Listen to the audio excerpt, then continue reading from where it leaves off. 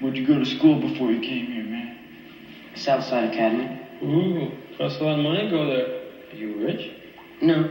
Hey, that's nothing to be ashamed of, man. No, I'm not ashamed. Who is rich? No, I'm not really. Hey, listen, pal.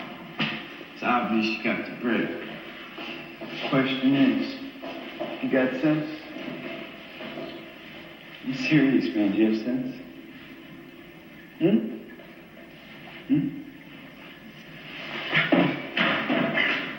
Think so sometimes. I think so, too. So if you got sense, you'll know this about private academies. Now, you go to a school like this, you need a damn bodyguard. You know, we got Ricky Linderman in our homeroom. You know about Linderman? He's a psychopath. Just went berserk. Wasted some kid. Shot him in the head. Blew his brain out. Why'd he do that? Because probably he was a pain in the ass. Guys like Linderman lose control after a while, I tell you. Yeah! Like that, you know? That's when you come to us for bodyguards. Interested? I don't know. Here it's cheap. Buck a day. Buck a day.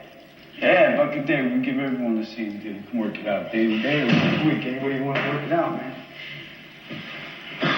Where am I going to get $1 a day? Lunch money. You don't eat that crap anyway. 50 cents they charge for that Godzilla fee. It's a ripoff. 60 if you want 2 milks. So, for that same 60 cents, talking 2 milks. Got us almost paid for. Now all else you gotta do is, scrape up another 40. I'm not going to give you my lunch money. I have to eat. Hello. Hello. How's everyone? Hi, Rose. Hi, Scott. How are you? Doing pretty good. Good. Glad to hear it. So how's everybody been doing? Good this week. Been busy. Busy. Okay. Busy, not a bad thing. No, Okay. had 2 parties to go to this week. Rough. What a rough life. Yeah. Well, you know, one was, and they're both at the same house, actually. It ended up being like a little birthday get-together for one of their daughters on Wednesday. Mm-hmm. And then on Saturday, we were over there, and they have a pool, and we were, you know, it was a big pool party. And we were playing volleyball in there. And so I'm very sore today. And Chrissy, like, threw her shoulder out. It, you know, pops out of socket. She has that every once in a while. It pops out of a socket. Ew. Yeah. That's like Lethal Weapon, man. It I is. was gonna And say, that's the image you- that I have in my head every Yeah. time. You know. But if you just relax, it'll just like slide back into place on its own. So it took like 15 seconds and she was back. You know, she had her shoulder, but she's been in a sling all day today. So it's happened to her in the past, and I think she's finally going to go get it checked out. It's not very often. It's like once every 7, 8, 9 years. She moves wrong, or I think one time it was playing paddleball or something like that. And it's her right arm too, so you know that kind of. She kind of needs that arm. Yeah. And you know, the way that you described it sounds a lot more pleasant than what I was envisioning with Riggs doing, where he hit himself in the on the filing cabinet. Yeah. That's exactly the way. That's the way I see it every time. You know, it's like, okay, how are you gonna pop that back in? Well, you're gonna have to slam your shoulder into a file cabinet, or a door jam, or whatever it was that he used. Yeah, it's good stuff. Yeah, I don't remember if that was 1 or 2. I believe it was that 1. was the first one. Yeah. That's the first one? Because, okay. Yeah, it was because that's when Riggs. Riggs was Mel Gibson. What was Murtaugh? Murtaugh was supposed to get a new partner, and that was the first time he met it. I believe that was the first time he met him. Well, I thought they were in the office, and they were like, they had him in a straitjacket, as like a bed or something that he couldn't get out of it. Yeah. He had to you know what, pop that's himself right. out of the shoulder. And in the first one, like the detective squad wasn't really fans of Riggs. No. So that's why I'm And thinking it's the second one. I don't know, it might be the second one, but I'm wrong. I was wrong about it being the first time that he met him, because it was actually, he thought he had a gun, because Riggs had a gun on him. Right. And Murtaugh tackled him. Right. So are we talking about Lethal Weapon tonight, or what? Yes. I'm beginning to think Anyway. You know what's funny is I was actually, one of my partner closed his office, his actual physical office. He moved his office into his house, and he had split with a former business partner, and there was this like a 32-inch flat screen TV left behind, and he said he doesn't need it, so he gave it to me to kind of just do whatever around here. So I was hanging it up on the back patio, so you could watch like football from the pool or whatever, because it's warm enough in the winter to actually watch football in the pool. Oh, shut up. No, but anyway. Maybe we should just get on topic of the podcast. But I digress. So I wanted to try it out. I don't have any cable or anything hooked up out there, so I hooked up the Roku that we've been sitting in. Doesn't do anything. We don't ever use that. We have 2 Rokus. We only use one of them. So I hooked up the Roku, and what was the movie that I decided to put on just to test it out? Lethal Weapon. Oh, okay. So long story, roundabout. Sorry, I'll stop blabbing on and on about nothing important. It would have worked out if you would have said Outsiders. Yeah. Definitely. I was looking all day earlier today. I was looking for about an hour to try to find one of our topic tonight, one movie, and I could not find it without renting it. Oh, really? Couldn't find Yeah. it? Yeah. Wow, okay. I guess I didn't look either, so I don't know. I didn't know it would be that difficult to find something for him. Yeah, I looked up 1, 2, 3, 4, 5. I looked up 6 movies. One was from last week when we talked about it. Mm-hmm. So now I've looked up 6 movies total, and I can't find any of them without having to pay for it. Wow. And I just didn't have the time to actually pay for it and watch the whole thing. And that's my rule. I won't watch partials, pay for it. No, of course not. So and as we get into this, we'll have to use our scale again. For those movies that you did find, what was the price tag on it, and what would you be willing to pay? Okay. So something to think about as we're going through this. So are we ready to talk about Mr. Matt Dillon? Sure. I think so. And I'm leading again. Wow, it's been a while. This is you. Wow. This is you. I'm back on. Back on the leadership. I don't know if I'm ready for this. Come on. Oh, the Lord is always ready.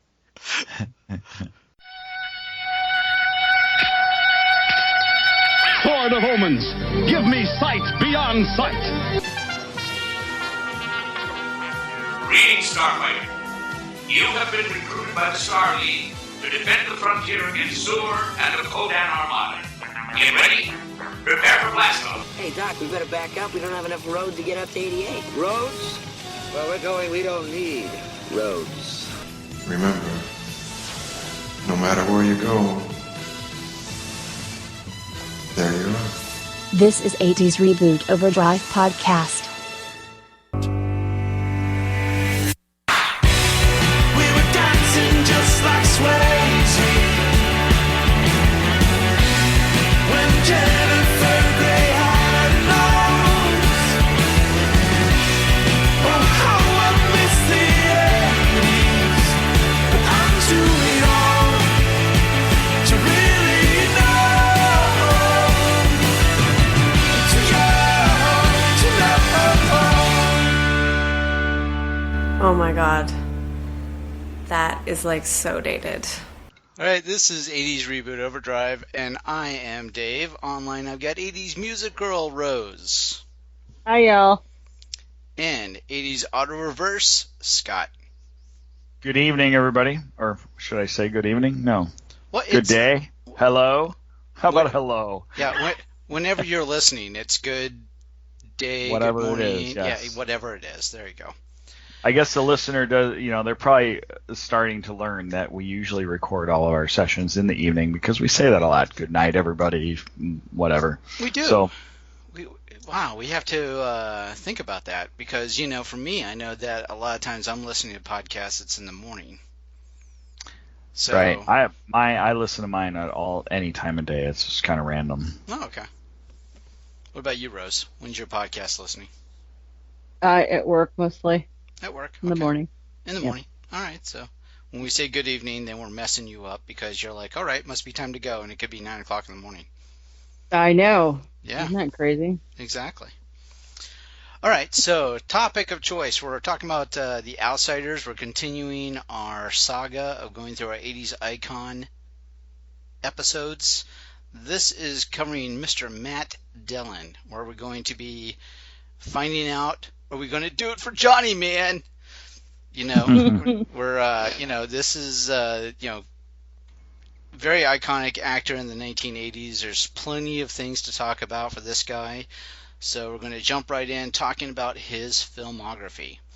In 1980, he did a little movie called Little Darlings. In 80 again, My Bodyguard. 1982, Liar's Moon. Same year, TV series American Playhouse. Same year again, 1982, that was Tex. 1983, we had Mr. Dallas Winston from The Outsiders. Same year, 1983, Rumblefish. 1984, The Flamingo Kid. 1985, Target. 1985, Rebel. 1986, Native Son. 1987, The Big Town. Once again, same year, 1987, he did a TV movie documentary called Dear America, Letters Home from Vietnam. 1988, Kansas. 1989, Bloodhounds of Broadway. And then he wrapped up the decade, once again, still in 1989, with Drugstore Cowboy. There's just way too many great credits in there that Mr. Matt Dillon had given us. I'm really curious to find out where you guys are as far as like your favorite. I normally start with Rose because I go ladies first, but I'm going to switch it up and go Scott this time. So Scott, give me your favorite 80s moment with Matt. I got to say Matt played an awesome bully as Moody in My Bodyguard. Awesome pick. Yeah. I just think he pulled it off well as the bad guy. He usually plays the softer roles, the more endearing roles. Although in Outsiders, I know he was a little more rough and tumble. But if you look him at Little Darlings, he was the heartthrob.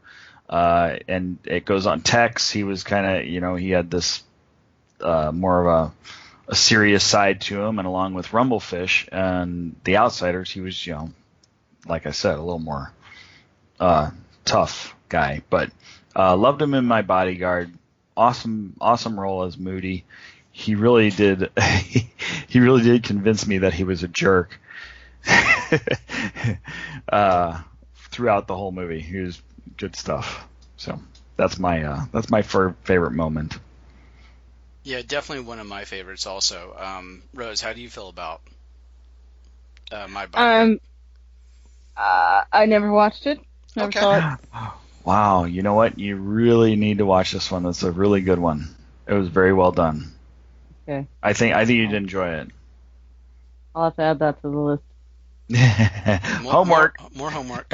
More homework. OMG. So what was your favorite scene from My Bodyguard?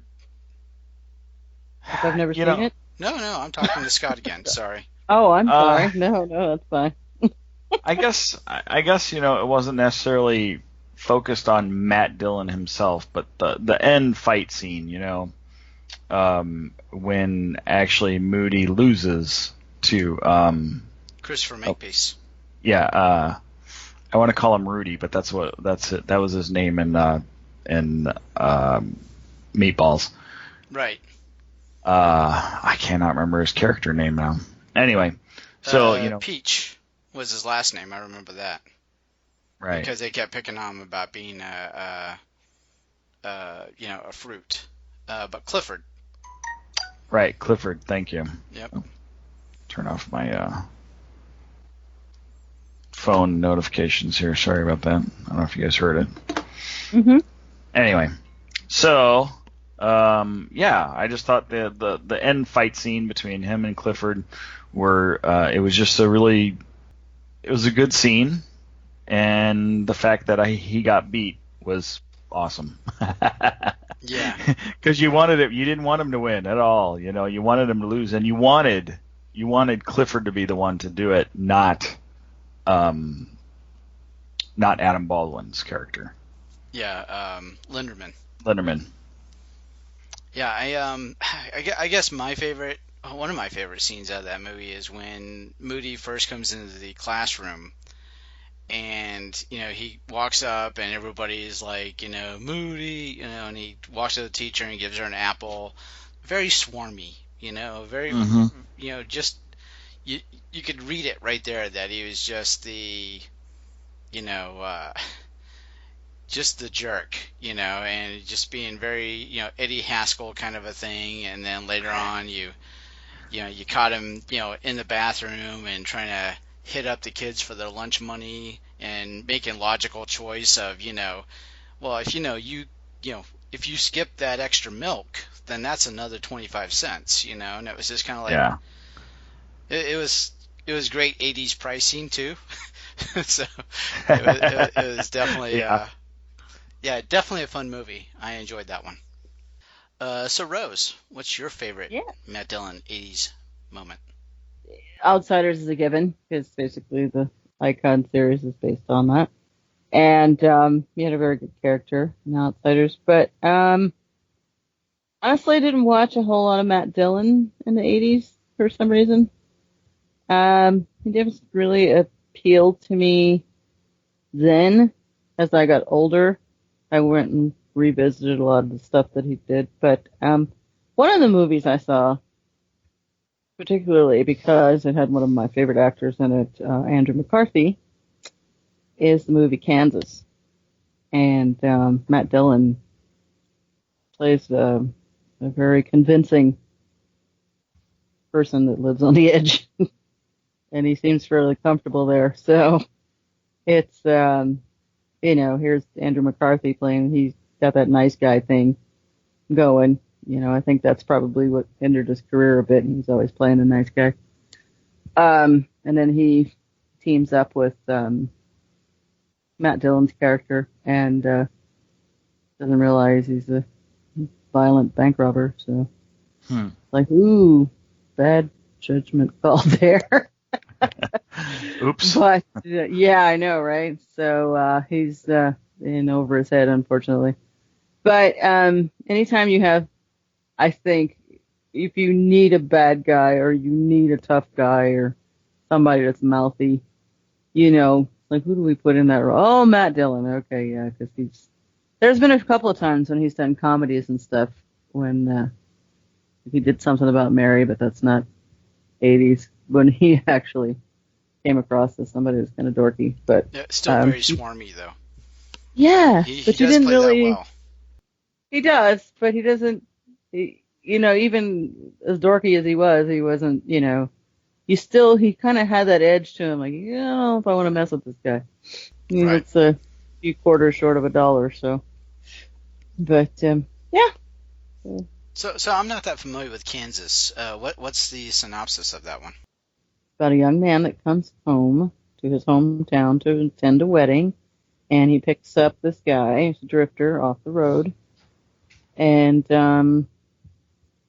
he ends up, they go to a bank, it's like one of those things where they're driving around, and he knows everybody, but Matt Dillon kind of sort of doesn't know anybody, and, they go into the bank, and then all of a sudden, he just pulls this stocking over his head and starts demanding money, and he turns the gun on Andrew McCarthy, and he's like, oh my God, so he's pretty much committed, with his life to kind of hang out with him until he decided to either kill him or whatever. I don't know.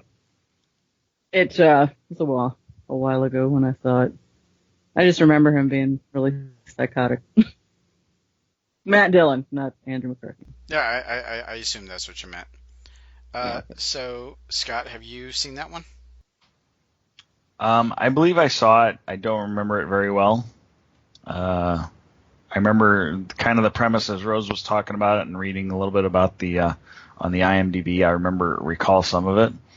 So, but I don't have a lot of input there. All right. So for me, it was a 3-way tie, and luckily Scott gave me my moment to talk about my Bodyguard. So I'm stuck between two movies here, and I don't know which way to go with this. And I'm going between Little Darlings in 1980 and The Flamingo Kid in 1984. Yeah. And what I've realized is that my two choices are based on, first, Matt Dillon did a great job on both of them. But at the same time, I'm kind of basing this on the crushes that I had at those time periods. The co-stars for Little Darling is Kristen McNichol. So coming from the late 70s, early 80s, I was crushing on Miss Kristen McNichol. Mm-hmm. In 1984, I had moved on to Miss Janet Jones, and then she went to go marry some sort of guy named Wayne that plays hockey or something. Gretzky. Yeah, I know. I don't know why she would choose him over somebody like me, but whatever. Whatever, Janet. Do what you got to do. So, for me, both of those movies, were really great for him. And, I guess if I had to pick one over the other, I would probably go Flamingo Kid on this one, just because Little Darlings had kind of this, I would say, inappropriate tone to it. And now that being older, I kind of realize, that you have those underage girls that are trying to, mature too fast. And, being a father, I don't really, feel right about that. So I have a much different outlook on this than I did when I was a kid.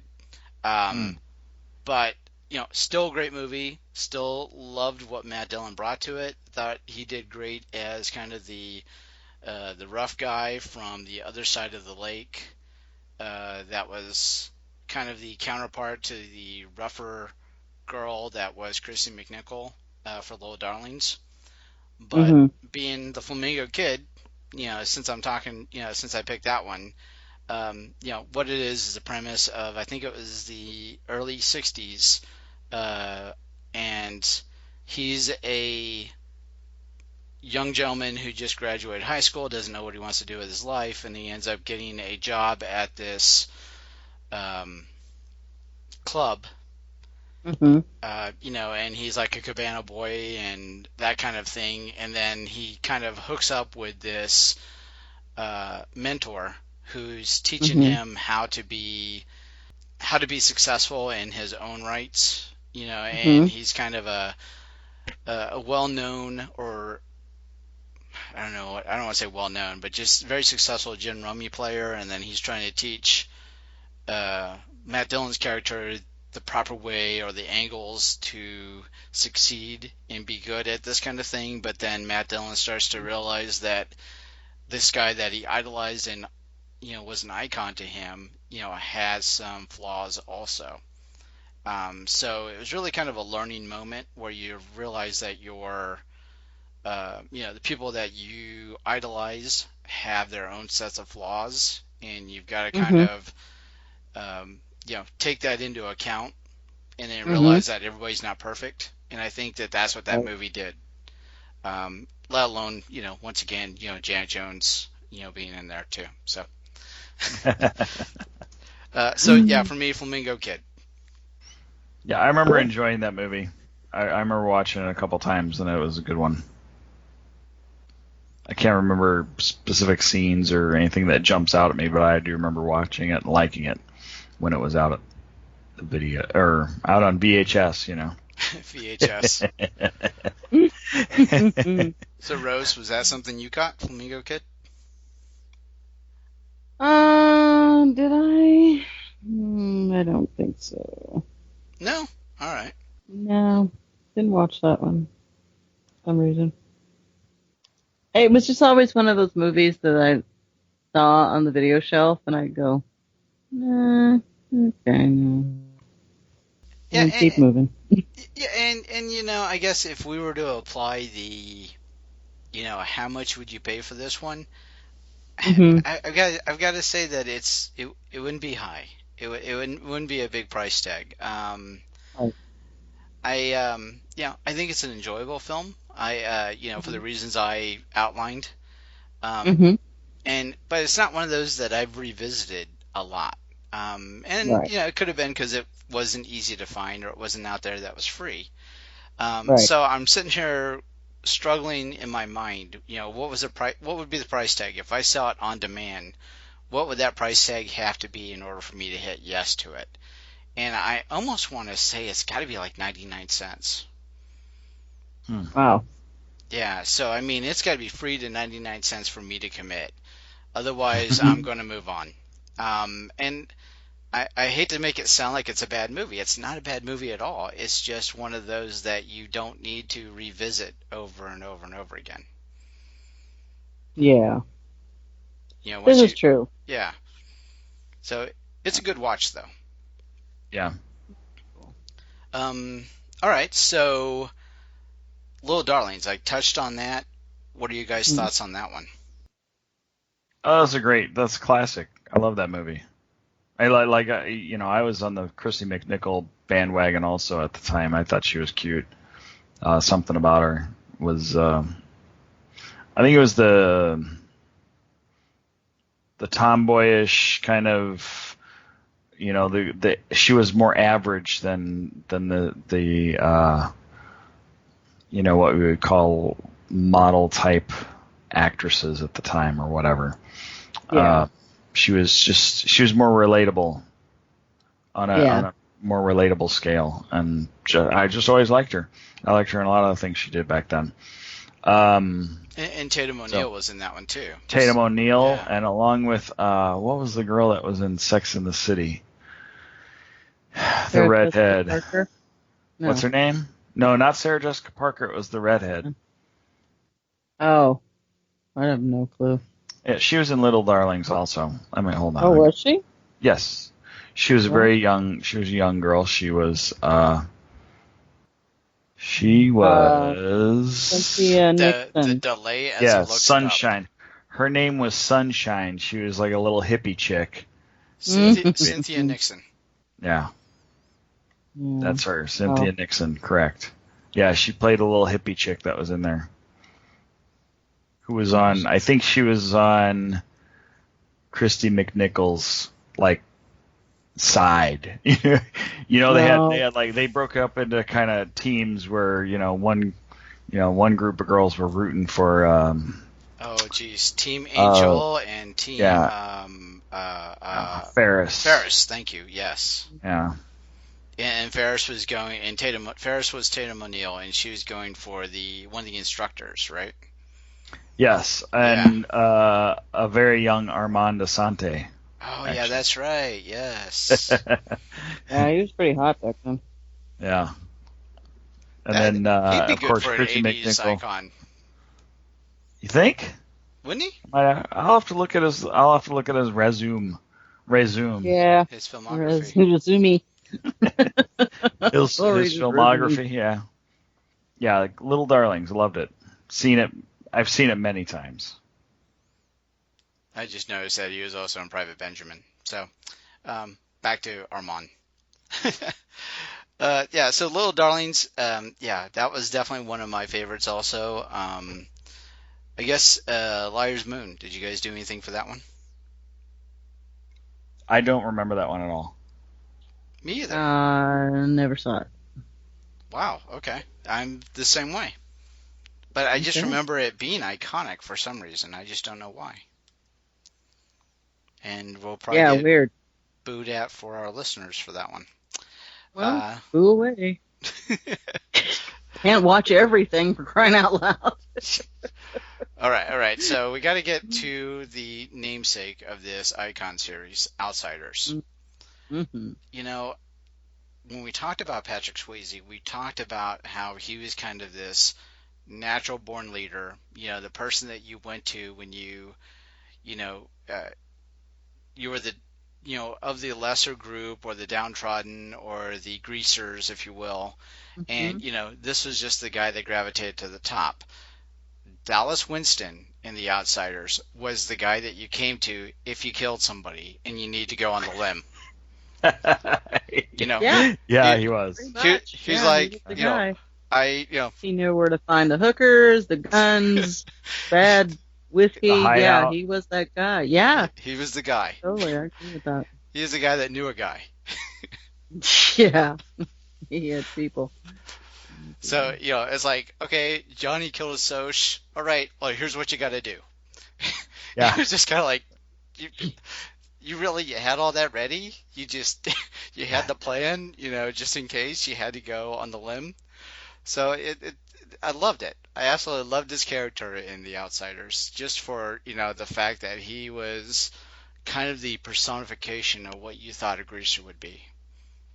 Yeah, definitely. And the thing about it, with his character and the time that was written in, the era of America, if you were on the wrong side of the tracks, it was almost expected that you have some kind of CD connections like that, because, it was kind of either or. I love how they define that, in society. It's like, here's the nice people and here's the bad people, and unfortunately, like a set of railroad tracks, separated them. And you didn't want to go on the bad side unless you, really needed to lose a dead body or whatever. But, it is just, unfortunately, in order for him to make it to where, he had to make something of himself and he didn't know how to do it the right way, he was going to make himself infamous, so, and I'm sure stuff like that went on all the time. And it still does, unfortunately. Yeah, you've always got that guy that would just go to, would walk across any line, just to get, what he thought was right. Yeah. And that's what I really saw out of this character, Dallas. At the towards the end of the movie, and I'm past saying spoilers because we're talking about a movie that was out in 1983. So if you haven't seen it, people, please come on. Anyway, so towards the end of the movie, he's got this situation where Johnny's in the hospital. He's dying, if not dead. And then all of a sudden, he's like, that fuels his rage to go kill the Soches. And Johnny essentially was dying because he decided to help rescue kids out of a burning church. Yeah. But it was in the mind of Dallas, it was the reason why he was in that church was because he had that situation with the Soches. He had to kill the Soch, so it's therefore all the Soches' fault. So let's fix it. Let's take care of the Soches because they're the problem. And it wasn't really the problem. The problem was that he was a hero. And that's not a problem. That's a good thing. Well, yeah. But he kind of changed it for his own needs, which is we're going to go rumble now. We're going to go take care of these guys. Mm-hmm. Exactly. Yeah. Because that's the only way you could fix it. Right. Ultimately, they had the better life, they had the better situation, they had the better opportunities. We have crap. Let's go kill them. That's all. Got to do it for Johnny, man. Well, yeah. Well, and he was just. If it would have been anything else, I think he was just ready to take a stand, and use that opportunity to just justify what he did in his own life, and just blame it on the people that always got the good breaks. So. All right, so that's kind of how I got it. So this is kind of his way of coping with the loss of Johnny. Yes. And making things right in his brain, which I guess is very sordid, but okay, if it works for him. Well, yeah, and I think too, it has to, because how else is he going to deal with it? He doesn't know any other way to deal with it. Right. Yeah. So. Okay, so anything else on Dallas and the Outsiders? Not on that one, no. No? All right. Well, we just got to remember that we got to remind Dallas to look at sunsets, because I'm sure he hasn't seen one. Yeah. So, if anybody remembers the final, the final letter from Johnny to Ponyboy. Mm-hmm. Yep. All right. So, is there any other movies in the 80s that you guys want to talk about for Matt Dillon? Well, did anybody see Rumblefish? Sorry. Yeah, that's where I was just gonna go. You're gonna go Rumblefish, okay? Yeah. I don't know how, but I don't know who chose Matt Dillon, but he did 3 S.E. Hinton films in a very short amount of time, 2 years. In 82 and 83, he did Tex, Outsiders, and Rumblefish. And I'd be curious to see who was actually making the decision on the cast. Like, how did he get into all 3 of those roles? And because they were different. I mean, Rumblefish was Coppola, directed by Coppola. Tex was done by somebody named Tim Hunter. I was reading it earlier. The Outsiders, I don't know who did that one. Oh, that was a Coppola also. Wow. Yeah. So you can look in the casting department, you can see Rumblefish. There was 3. Well, Janet Hershenson was the main casting director, and then the extra casting was John Robert Askew and Jeff Block. So if you go back in, there may be some similarities. There may not be. You said that was on the Rumblefish page, right? Yeah. I'll look that up. Yeah. So it may have been the same people. Yeah, I mean, he just seemed to fit for the time, for the era that it was both filmed and the eras that they represented, because I would say Rumblefish was probably right along the lines, maybe right around the same time as when The Outsiders took place, maybe a few years later, and Tex was probably right in there too, probably around the mid-70s. So he just seemed to fit in those roles really well. So loved him in Rumblefish, liked him in Tex also.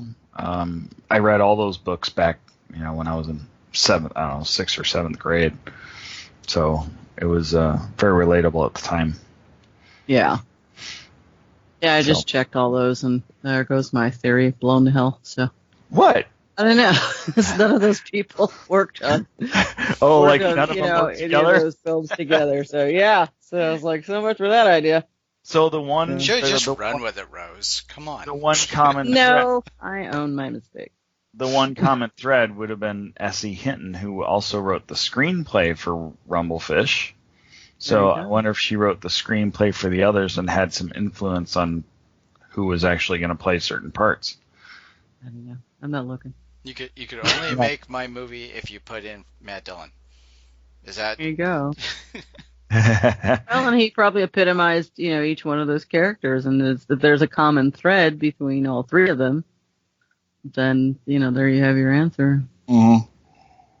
Now, after 1984 was the Flamingo Kid. That's really the last that other than maybe Kansas. Like I said, I remember seeing it. But the rest of those, I really don't remember. Drugstore Cowboy, I remember being out, but anything in the late '80s, I kind of missed out on Matt Dillon. So, yeah. You didn't see The Big Town? No, I don't remember that one. Me either. No. Okay. In the past, we've done Twitter shout-outs. Mm-hmm. And I threw it out there just before we went on to start recording, and somebody actually responded with a few. Wow, So and I've got a few too. Sweet. Really, yeah. And normally we haven't been with the Icon series. We haven't been putting them out there all the time. We haven't.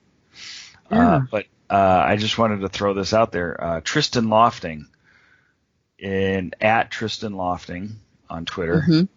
He said My Bodyguard and Tex and Outsiders, the main ones that we went through.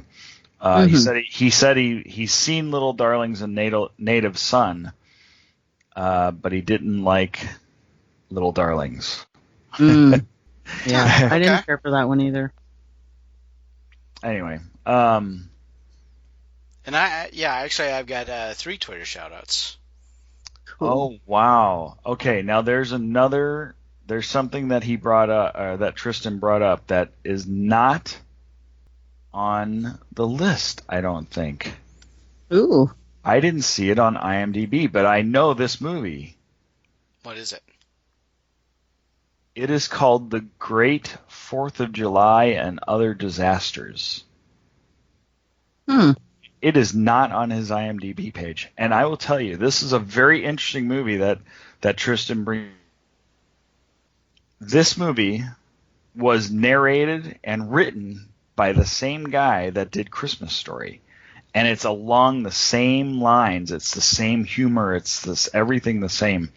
But it's done by the guy that wrote and narrated the Christmas movie. A Christmas Story. Oh, okay. Yeah, and it's somebody gave me this VHS tape. This was probably in the early mid-90s. Somebody said, "Hey, you love Christmas Story, you got to check this out." I watched it. He was in that. And I'm surprised it's not even listed on here at all. You want to know why? Why? Because it's under the premise of the American Playhouse. Oh, That's the there American it is. Playhouse Okay. TV episode that he did. And they never gave you a title for it. Yeah, you got to read further into. You got to actually Yeah, I didn't see that. Yeah, actually, if you guys Tristan also said that it is available on YouTube. Huh. All right. Nice. Cool. So check it out sometime when you get a minute. It's definitely entertaining. It's not quite as funny as A Christmas Story, of course. I mean, that's a classic. Right. But it was same narration style. Nice. Same guy narrating. It's very cool. It's a hidden gem that I don't think a lot of people got to see. So, that was cool. I'm glad we were able to talk about that one. Yeah. I totally Tristan. forgot about it. Yes, Tristan Lofting. Thank you very much. Yes. Thank you, Tristan. Did you have some other shout-outs that you wanted to do real quick? Yeah. What I did was earlier, what's your fave 80s movie moment with Matt Dillon? And the reply was, at Pop Culture Quest, was Outsiders All the Way, ! Mark Sonnenberg at M. Sonnenberg says Outsiders for sure. And then Jennifer at Fluttershy82 says always enjoyed Little Darlings. So thank you, Jennifer. Appreciate you mentioning Little Darlings. Interesting. So those are the Twitter shoutouts that I've got. Nice. Do we have... You know what? We were talking before where we kind of branched off of the 80s to talk on like some of the latter films that our icons are in. There's one that I thought was really cool by Matt Dillon, a movie called Singles. Did you guys see that one? I'm looking at it now to see if I did. It really kind of imbibed the Seattle scene. Wow. And he I would have saw was, that. yeah, he was this rocker dude trying to start his own band, and he had this relationship with Bridget Fonda, and the movie was kind of a very touchy-feely kind of romance kind of a thing going on, but it had, it was based in Seattle, and that's what I really loved about it. But the character Cliff in Singles was just really funny. And that was Matt Dillon all the way. Yeah. He was great. Yeah, I vaguely remember it. Okay. Can we talk about something that was that I kind of brought up last week. It was in '79. Oh, geez, we're not talking about Skate Town USA again, are we? No. That was Patrick Swayze. No, this one is called Over the Edge. Okay. And I remember seeing this when I was really young, and then somehow it popped back up like the 90s, and I'm like, oh my God, I remember that movie. I remember seeing it in the early 80s. And Over the Edge was about all these teenagers that like took over this quiet little suburban cookie cutter town. Mm-hmm. And like it was really a sign of the times of the way they portrayed like the clothing and just everything was so. It really just fit for the late 1970s, and it's just it's kind of an interesting movie. It's very obscure, and at one point all the adults of the community were like, our teenagers are out of control. We need to do something. Well, they have this meeting in the high school, right? It's like on some weeknight or something, and all the adults are in this high school. And all the kids lock them in the high school and just start wreaking havoc on the whole town. It's like a full-on riot. I mean, it's crazy. It's really a very bizarre movie, and that was Matt Dillon's first appearance. And it said introducing. I was watching the beginning of it, or the trailer for it. And it said introducing, and it listed like 3 or 4 names, but Matt Dillon was in there as the introducing part. So it was pretty interesting. Yeah. That's listed as his first movie, too. If you get a chance, look up YouTube, look up the trailer. Just look at the trailer. Oh, okay. I can't find the movie. Although it did say that Amazon, you could rent it. I don't know. I didn't even try. But I would be willing to pay a couple bucks for that one, just for the nostalgia part of it. Yeah. So that was Over the Edge. And as you're going through your synopsis, I was thinking Children of the Corn. But... without the horror aspect. Yeah. It does kind of look like something like that. It was just kids that are out of control. Well, and then if you get a little deeper into it, it has to do with one of the kids dies, one of the teenagers, and that's pretty much what propels them to do that. Wow, I forgot about that part. So that actually looks kind of interesting. Oh, after the death of one of their own. Yeah, actually, you got to watch the trailer. It'll make you laugh. Definitely will watch the trailer. Yeah.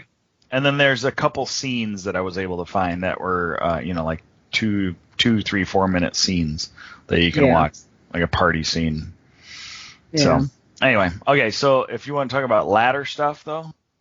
Well, no, I was just about to say, if Over the Edge, as long as the kid Isaac isn't in it, then I'm game. Oh, Isaac from the Children of the Corn. Yeah. Malachi, he wants you too. All right. Malachi. Yeah. All right. So go ahead. You were saying latter 90s. Latter, I would go with Something About Mary was good, and Wild Things. Ooh. He was. I've got to be a guy on that one for a minute. Yeah. Okay. Yeah, the scene between Neve Campbell and Denise Richards. Yeah. Enough said. Anyway, go ahead. I know where you're going with it. Yeah. Sorry, Rose. Yeah. Hey. Okay. I just block it all out anyway. Well, it was just he played a very twisted character in that one too. He was evil, the evil mind, And then. What was another one? After Something About Mary, I just loved his fake teeth in that one. Yeah. That was hysterical. That was really believable. Yeah, that was a good one. But then you go there's a couple others later on. Go ahead. Crash. Yeah. Saw that, and that was, to me, it was very disturbing just in itself. The fact that it actually made, won an Academy Award. I'm kind of going, why? Really? Is that where you had to go to get an Academy Award?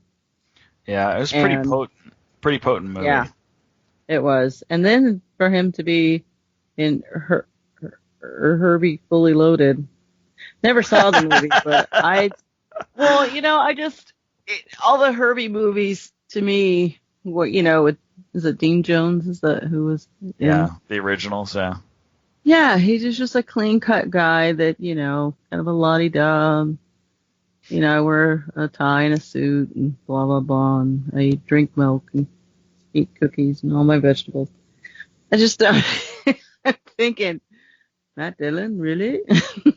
Well, he Herbie went movie? in that movie, and I'm sorry to say I know this one. But yeah, he's the swarmy guy again. The evil guy. And so that's kind of what you get from his character in that movie is the evil mastermind that's trying to be the best race car driver or whatever it is, and all of a sudden there's this little bug that seems to be beating him, and he can't understand why, and of course he's got to try to destroy it. Hilarity ensues, yada yada yada. So, but yeah, for me, I think that probably could be the pinnacle of Mr. Matt Dillon's career is Herbie Fully Loaded. Just kidding. Okay. Did you guys see the one immediately following that one, You, Me, and Dupree? I'm trying to think. Kate Hudson, Matt Dillon, and Owen Wilson. Yeah, no, I have not. Actually, pretty funny. I think I watched a little bit of it. Yeah, it's pretty funny. That's it was telling. entertaining. Yeah. That's very telling that if you've only watched a little bit of it.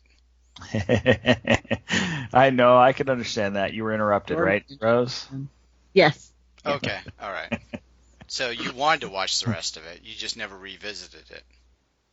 Right. I think what happened is my son and I watch movies a lot, and we have like Sunday nights is laundry night, so I go over, to use his washing machine and dryer, and we watch movies while the laundry's being done.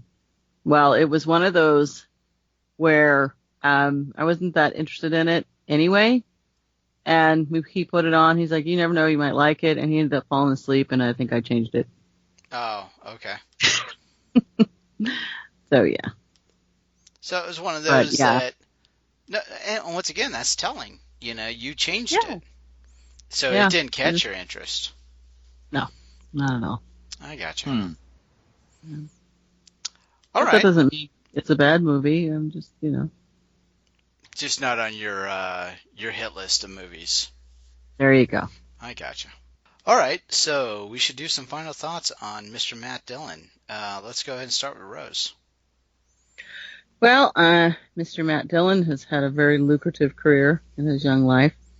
He's very convincing at being convincing, getting people to do what he wants, and by hook or crook. And I think I wouldn't call him a method actor.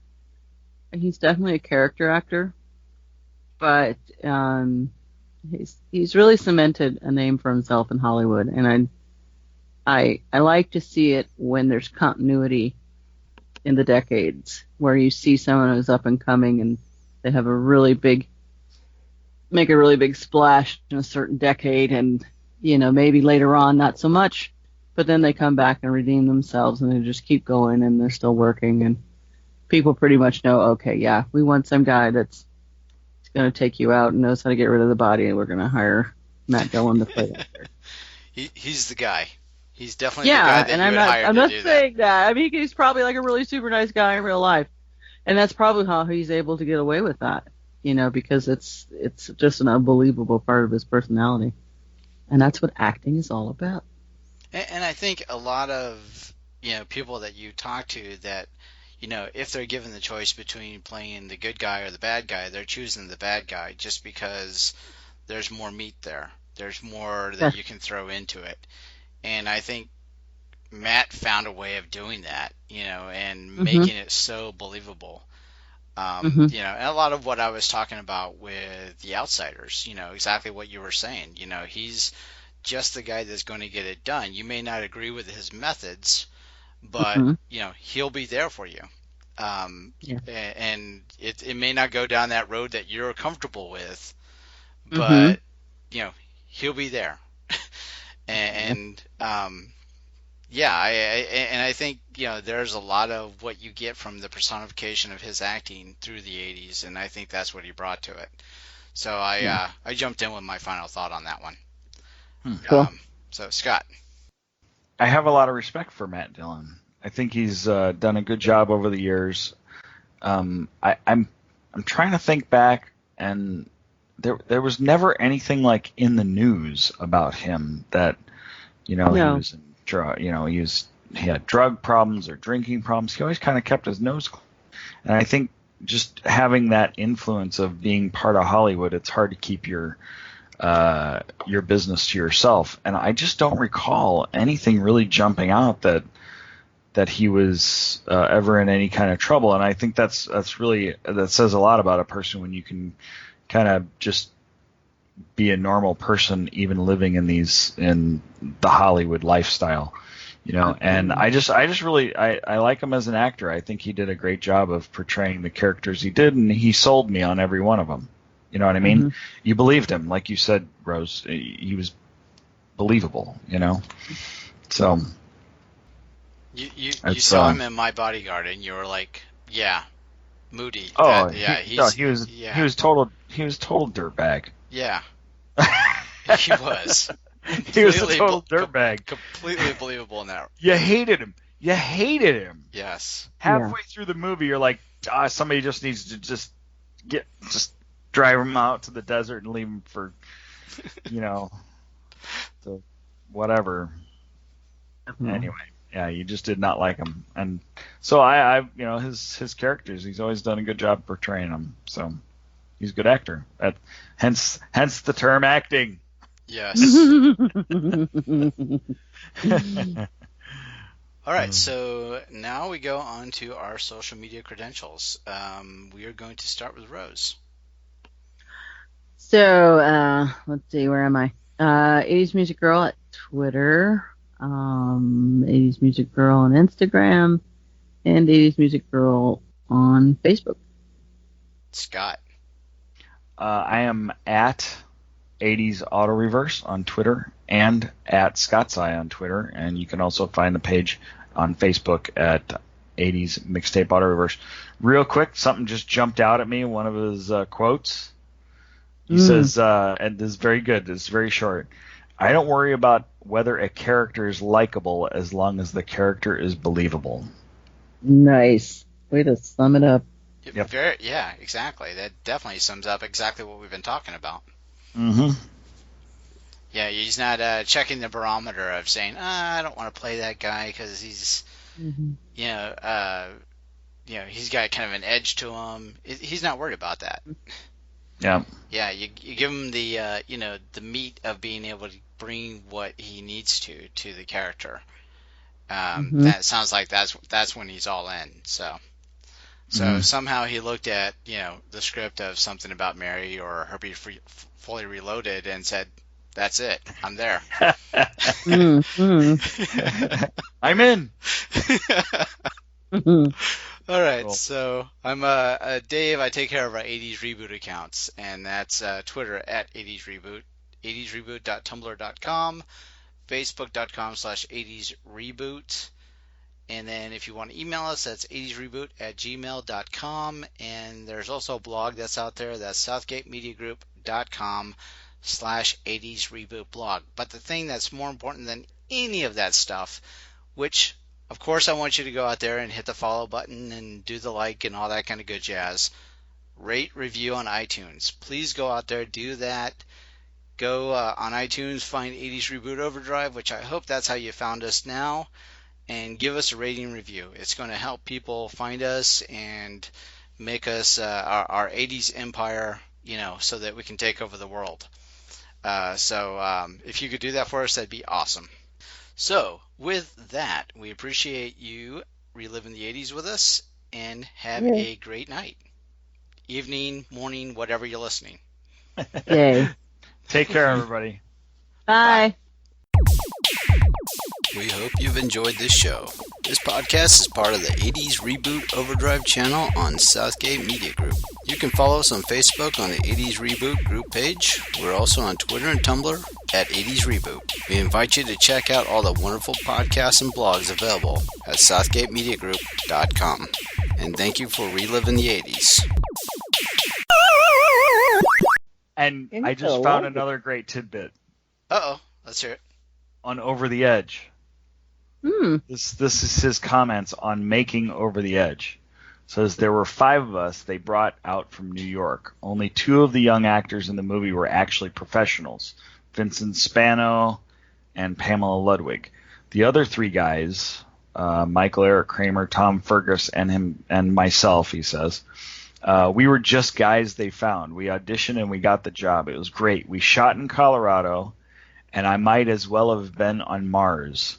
It was a whole different world out there for me coming back from back east. I just remember thinking, oh God, looking back on that film, I think it really reflected the times in terms of attitudes towards drugs and youth. A lot of the kids were extras on the film. A lot of the kids that were extras in that film were out of juvenile hall. Really? And there were drugs everywhere. It was crazy. It was the 70s. I can really remember the 70s through that movie. Wow. Huh. I'm going to have to look this one up now. Yeah. I just don't know how to actually watch the whole thing. Like I said, I'd pay a couple bucks nowadays to actually watch it. I think it's $3 if you go through Amazon. So you would pay that then? I think I might. I might have to do that. And the other one that he talks about, he says, when I was doing Over the Edge in 1979 and was playing around, somebody told me I was like Brando. I didn't take that as a compliment. I thought he was a fat old man. The only thing I'd seen him in was The Godfather and a streetcar named Desire. Nice. Stella! Yeah. Stella! That was a dumb movie. I'm sorry. We're not recording now, are we? I did not like that movie. We're always recording. We're still recording. All right, scratch that from the records. But I do not. I just did not like that movie at all. You know, Rose, we're allowed to be controversial. We're allowed to have our opinions. And yeah, I'm glad. We're going to be leading up to one that I think is really not going to be, make us uber popular. Yeah, I know. Yeah. So. And you know what? I talked to a few people at work because they asked me, what do you got going on this weekend? Because that's everybody's, topic of conversation on a Friday. You got a busy weekend plan? I was like, God, I hope not. I said, I really did want to have to do anything. It's so freaking hot over here. And then I said, well, I got a podcast to do on Sunday. Oh, you podcast? Really? What's it about? So I'm just briefly going over the Icon series, doing the Outsiders, and gave them some backstory on, the other one we did that I can't think of right now. And but I actually remember the name of it when I was telling them, Breakfast Club. And they're like, oh, that is so cool. And I start naming off the different actors. And, oh, I love that guy. Oh, I love her. And blah, blah, blah. I was like, yeah, we're kind of saving Tom Cruise for last because there's a bit of controversy with, the host and his guest host about, what to say about him that's going to sound favorable. And you would not believe immediately, oh, I can't stand Tom Cruise. Really? Oh, God. Oh, I hate him. He says, oh, God, he's just so full of himself. He was good in the 80s and some stuff, but later he just got weird. And I'm just like, well, it's like, okay. I might have said that to like 4 people, and the consensus pretty much was 100 resounding %. Tom Cruise sucks. And I brought it up in front of my wife and our mutual friend, Scott Cheryl, and it was almost as if I, kicked their dog. It's like, you don't like Tom Cruise? Oh, my God. And then they start, defending him. And I'm like, sorry. Yeah. Take the scales off your eyes, lady. You can look at the picture that they got on him, IMDb. He looks like the Antichrist. Just saying. He literally looks like the Antichrist. You should not smile that much. You really shouldn't. That's just way too much smile. So you said you got kicked for mentioning Tom Cruise or saying that you weren't really crazy about his stuff. my wife found out about the Patrick Swayze episode that we did. Right. Uh-huh. And when I told her that we were kind of like trying to like avoid the whole Dirty Dancing thing, like we were kind of skirting it away. Yeah. She was like furious. She's like, how can you talk about Patrick Swayze in the 80s and avoid Dirty Dancing? I said, look, we didn't avoid it altogether. We just kind of didn't put it in the forefront like some people might. And then so we're so we were at we have a little Greyhound subculture down here that we're with the rescue group. We were over there on Friday night, and my wife brings up this Patrick Swayze episode to her, and she's this girl Bernie. She graduated in '86, like us. We have a lot in common, time-wise, era-wise, and I swear I thought I was going to have to like lock myself in a room because these two started going at me like you wouldn't believe. Like, how dare you talk about Patrick Swayze without spending quality time on Dirty Dancing? Exactly. There were fingers being pointed. Like, yes. When people break out the finger and start pointing at you? Yes. I'm like, come on, give me a break here. I mean, we talked about a lot of stuff with him, but, we didn't feel that we wanted to talk too much about Dirty Dancing. Had either of them ever saw Roadhouse? Yeah, no, they thought that was very important that we talked about Roadhouse and the other roles, but they said if you were going to talk about Patrick Swayze in the 80s, you have to start with Dirty Dancing because that's like his that was the best. Yes, it was an amazing, iconic movie, and there was lots of dancing and singing, and Jennifer Grey almost made it believable that she had talent, but he did other stuff besides Dirty Dancing. Part of what we've been allowed to use as our theme, as part of our theme, the line is we were dancing just like Swayze when Jennifer Grey had a nose. Yes. That's part of the bumper. Yeah, that's part of the bumper. See, so that should have been good enough. Dominique Frico. That was a great interview, by the way. That was so much fun to listen to. Yeah, he's got another new song out now. Another 80s song? No. Oh, a darn. new song in general. He's kind of sad. Yeah. He's got talent though. I mean, he's definitely. Yeah, definitely got the that kind of genre wrapped up. Yeah. But hopefully later on in the years, he has a tendency to, he can do upbeat stuff and cheerful things. Yeah, like the 80s song. Yeah. Totally. So, the way I see what's left for our Outsiders series, of course, me wanting to talk about Michelle Mayrink and Mr. Tom Cruise. Yes. So that's kind of what we have left, for this series. Okay. Are you guys done for the evening, or are we gonna try another one? Done. You're done? Sorry. I think so. Yeah. Okay. Is it 5 o'clock? Is it 5 o'clock? It's yes. 7:06 for my you, time. So for you, it would be yes. Yeah. Okay. Dinner time. Yes. I actually cooked it ahead of time. Now all we have to do is eat it. So. Okay. Stews are really up. We ate dinner, but now Chrissy's got a good excuse. She doesn't have to do the dishes because her shoulder's messed up. So now I get to go clean up the kitchen also. I made dinner and get to clean up the kitchen. Oh, Mr. Mom. Yeah. You're so lucky. Actually, I just got texted from the wife, and I've got about 30 minutes. So. Yeah. Oh, that's cool. Hey, we haven't done Michael Keaton yet, have we? No, we haven't. We did do it. No. When did we do Michael Keaton? Michael Keaton. Like, which one is it? Yes or no? We did. Yeah, we did. Right before we did Jack Nicholson. That was right. Yeah. People suck. Thanks for leaving me out of all the good ones. This is a good one. Matt I still Dillon. have a really long list of those names. You know. Well, really, once we get done with The Outsiders, though, what I wanted to do is go to the our top 3 80s movie guilty pleasures.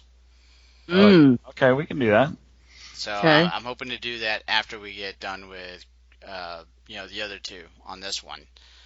Jump into that, and then if you have a list of icons that you want to go down, I'll be on board. Okay, I'll have to do some research. 2, 3, 4, 5.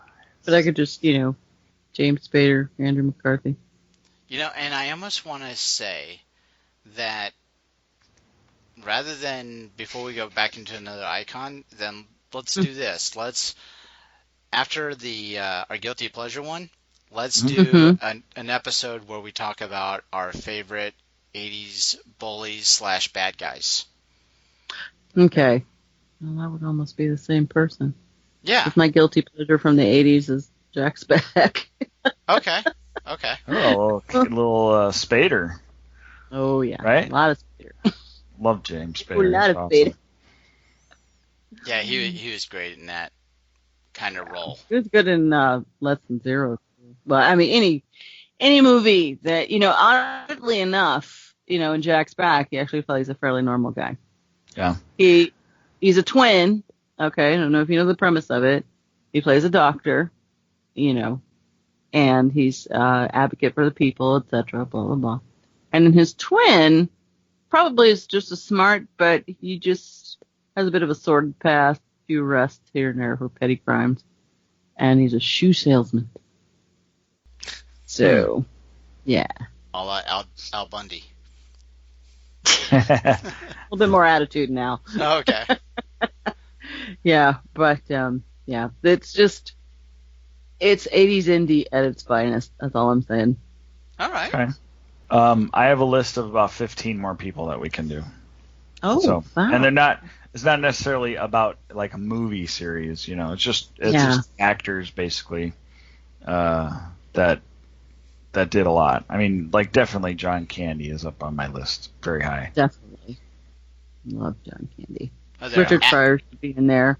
Oh, Richard Pryor, perfect. Gene Wilder, Bill Murray. Wilder. Okay. Yeah. Bill Murray. Okay, I missed. That's two more. Yeah. So there are actresses on your list, Scott. There are. Let's hear them. Yeah. Who are they? Well, one that you and I argued about. Right. Miss Michelle Pfeiffer. Yes. Linda Hamilton, Meg Ryan. Okay.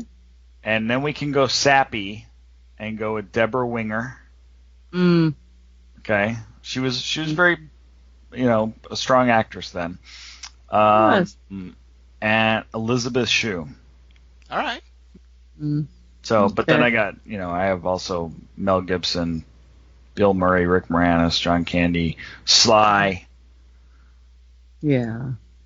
We can't avoid Sylvester forever. Yeah, of course. No. Well, no, because, even there, if you go with, an action type of film, which he was fairly noted for, you have to talk about Rutger Hauer and Dolph Lundgren and people like that. Oh, yeah, another good bad guy series, bully series. Yeah. Dolph Lundgren, he was... Mickey Rourke, I mean, yeah, you might as well. I mean, you'd have to touch on the box office bash between Stallone and Schwarzenegger. Yes. Yeah. Yeah. Yep. See, we have lots to talk about. Definitely. I think at some point we should probably do a supporting actors series as well. A lot of, really good supporting actors never quite made it to, star in their own films, but you would know they were iconic because this is the character that they brought to the table, and you go, oh, love that guy. He was so, that type of a thing. Scott and I talked about him on the Matthew Broderick. I'm trying to remember the guy's name again. Played the nerd guy. Oh, yeah. Eugene. Yeah. Eugene Levy? No. He played Eugene in Grease, and he played Eddie Deason. Eddie Deason, yeah. Okay. Eddie Deason is so iconic, and I would love to talk about him. War Games. Oh yeah. Yeah, a lot of them, and you don't even know, a lot of them until, like if I were to see the picture, if I were on IMDb at the moment, which I'm not, and I go, oh yeah, I love that guy, kind of a thing. Right. So, yeah, that'd be cool. No, I like your thinking on that. The ones that maybe weren't like the main role, but just kind of, when they were there, you knew that they were there. Yeah, maybe like a Willie Ames. Exactly. Yeah. And if you really wanted to kind of cement that into a structured series, what you could do, just saying, you could go back in over the years, from 80 to however they do the Academy Awards, because they did the Grammys weird. It was always the year before. But you could go back and see who won Best Supporting Actor, for that year and see kind of a thing. Right. Maybe. Right. Just so you kind of, we have something a little bit more structure, but we're not all over the page going, oh yeah, we like that guy. I know, what about this guy? And just see how much of over the years, how consistent they were, filmography-wise. Mm. Well, we're okay being random, though. I know. I'm just, that's just... No, I like your thinking, today, though. So I just... I don't know why I'm speaking so organized, but yeah, must be all the caffeine I had earlier. She's trying to take over the overload role. Hey, did you see? Speaking of Overlord, did you see where Gem and a Hologram series is on Netflix? No. Yes, it is. I meant to tell my daughter that today. Oh wow! It used to be her favorite show. Yeah. What's on Netflix? The cartoon Gem and the Holograms. The original. Oh, yeah, no, I would not even notice that. Oh, you might want to talk to Christy to see if she liked it. No, I don't think she did. Jeez. Wow. Okay. So much for trying to redeem myself for Patrick's baby. That's a really... Anyway. All right, so Michelle Mayrink next, or we want to do Tom Cruise next? Oh, let's do Michelle, please. All right. Wow, you guys are just avoiding the Cruise. Avoiding the inevitable. Well, no, I don't think Michelle Mayrink's going to take a long time. No, I don't think so either. I don't really... I mean, other than, I thought she was a fun character in all of her movies, or the ones that I remember. Yeah, and I've got some fun stuff to talk about, but, I don't know if it's going to be a, like an hour discussion like we just had. Right. Yeah. Honestly, I really don't feel like I have anything to bring to the table. If you guys kind of want to do that one without me, that'd be fine. Are you sure? Yeah, honestly. I would be fishing a lot more than I usually am. Okay. So it would kind of sound like I'd be like, yeah, she was in this movie and she played this character. Yeah, I'm honestly, really. All right, good. Fair enough. So, so then we'll have you on for Tom Cruise then. That'd be cool. All right, that'll work. Okay, cool. Cool. All right, so you guys get to your dinner and dishes. Oh, thanks. Can't wait. I'm so fired up right now. Oh, have another shot. You'll be fine. Okay. Okay, there you go. Yeah, I need to refill You'll be my relaxed, scotch here. Did you hear the argument? No. Was that an amazing argument I put up, or what? Okay. Yeah, that was great. Yeah, I like how I twisted your arm there. Mm-hmm. As he's drinking. Scotch. I love Scotch. Actually, it's Irish whiskey, but Yeah. Scotch is whiskey too, so. Yeah. In Ireland.